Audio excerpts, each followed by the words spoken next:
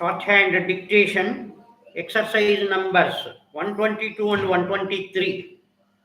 Now write down.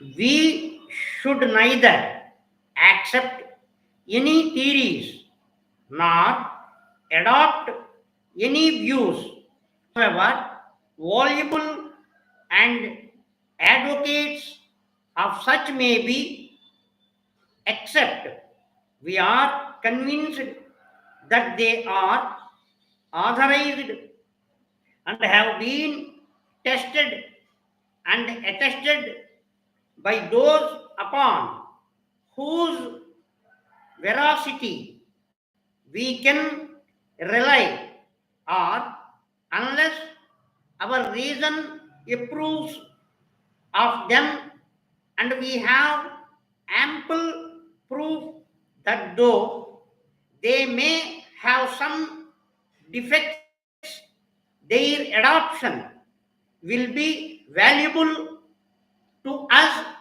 in the mean that we may employ them to the benefit of ourselves and others, and that they will be readily recalled on occasions of necessity, no matter how opposite the arguments may appear, which are adduced to move us from an opposite opinion.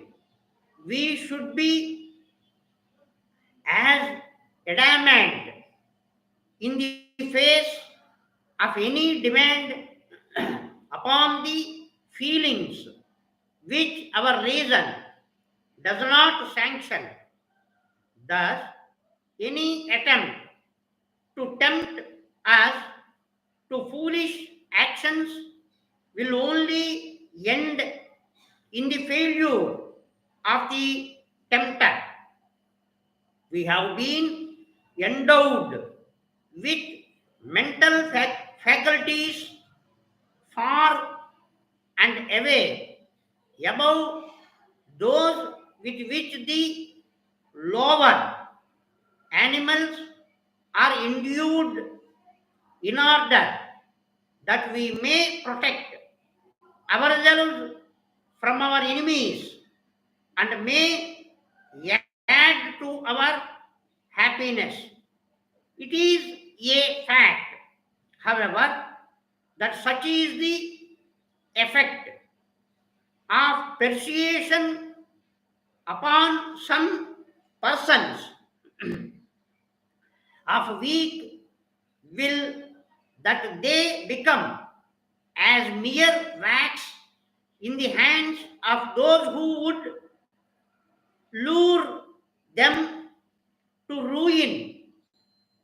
With such people, it seems only necessary for a fluent rogue to advance an alluring prospect of an affluent position at little cost, and they fall at once without a defense into the trap set for them.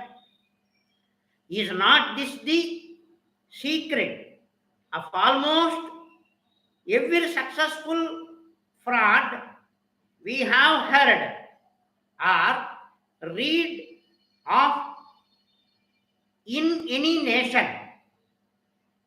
There are, alas, too many persons who make it their vacation or avocation in life to dupe others less able than themselves. They have no feelings of honor, or else I would not prey on the feelings of those around. They despise veracity, and their greed for gold amounts almost to voracity. In order to obtain wealth, they make light of every obstacle and are slow to admit themselves beaten.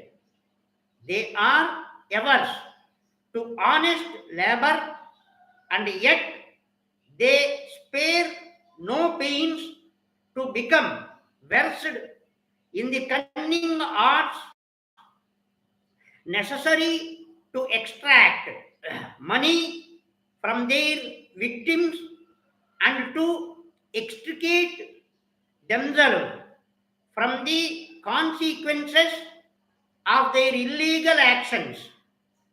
They devise a plot and under the semblance of advice they operate on the greed and credulity of ignorant persons, and having thrown them off their guard, lead them into foolish adventures.